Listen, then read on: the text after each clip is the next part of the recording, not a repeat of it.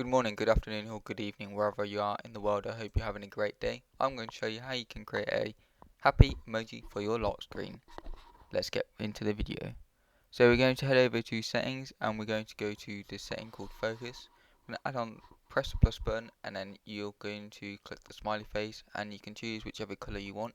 It's defaulted to the smiley face, you can choose whichever icon you want, to be fair. Um, that's me trying to spell happy. Right, okay, so there's like a fire emoji and stuff, which is quite cool. You can add or remove people for, like that you can get through to you. You can add and remove the apps that you want on here. So let's just do that now, and you can literally pick whichever app you want, and you can allow notifications for those apps, which is quite cool. And yep, that is set up now. Click done, and now we're going to see it. So if you turn it on and you go to control center, there's a little happy icon on the top right corner. If you can see that, that's quite cool. And on the lock screen, as you saw at the beginning of the video, it was blue.